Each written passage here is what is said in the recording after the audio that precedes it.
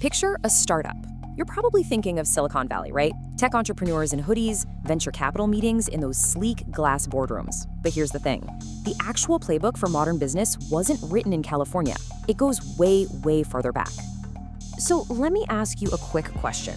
When do you think the first modern-style company was actually incorporated? Go ahead, take a guess. 200 years ago? 500?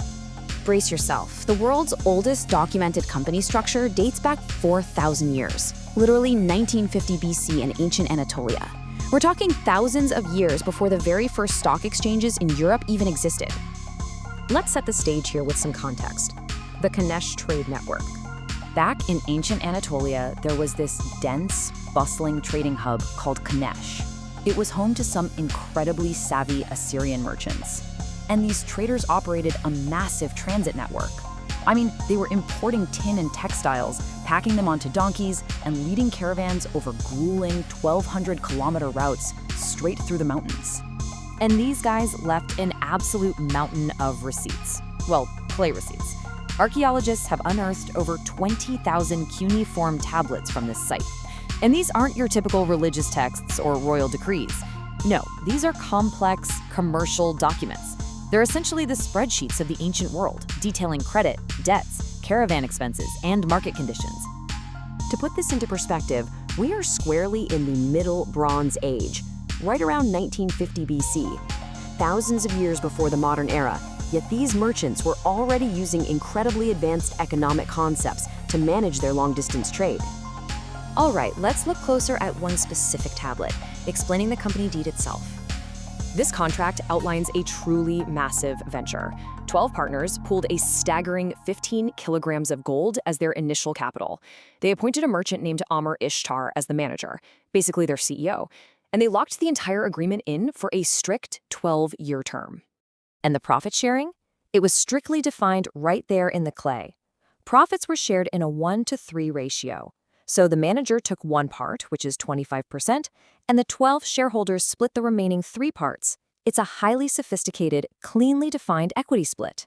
But, as we know, business requires stability, especially when your supply chain involves 1,200 kilometers of donkey caravans, right? So to ensure the company actually survived the full 12 years, the Assyrians wrote in a brutal penalty clause to stop investors from getting cold feet. Here is exactly how they kept you locked in. If a shareholder withdrew early, they took a massive financial hit. They were paid out in silver, receiving only 4 kilograms of silver for every 1 kilogram of gold they initially invested. This guaranteed a heavy loss and heavily incentivized long-term commitment. Which brings us to an interesting insight. Was this a partnership or a corporation? Can we technically call this ancient startup a corporation? Well, a modern corporate lawyer analyzed this exact tablet and noted a really important distinction. The contract lacks limited liability, which is a modern rule that caps an investor's losses at their initial investment. Because your risk wasn't capped here, it functioned a lot closer to a partnership than a true corporation. Researchers who study the history of joint stock companies call this phenomenon convergent evolution. Basically, this proves that humans independently engineer the exact same business structures across entirely different eras and continents. A massive trade venture requires capital and rules, whether you're in Bronze Age Anatolia or 17th century Europe. Okay, so why does this history actually matter to us today? This clay tablet proves that fundamental human economic behavior hasn't really changed at all. Shared capital, profit sharing, long-term strategies, enforceable penalties. These ancient merchants utilized the exact same tools and incentives that our global markets rely on right now. Whether it's carved into massive stone stees like the Code of Hammurabi or baked into miniature clay pillows in Kanesh, early societies realized something vital. Massive commercial growth absolutely requires strict, codified rules of engagement. Because without the rule of law, long-distance trade just collapses.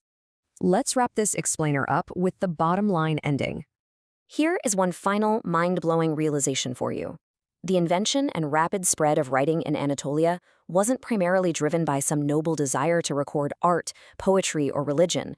It was a purely pragmatic, immediate need to track complex, high-stakes business deals and enforce those withdrawal penalties.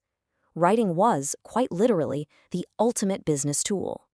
So, if venture capital, profit sharing equity, and severe corporate penalty clauses are actually 4,000 years old, it really leaves you wondering, doesn't it?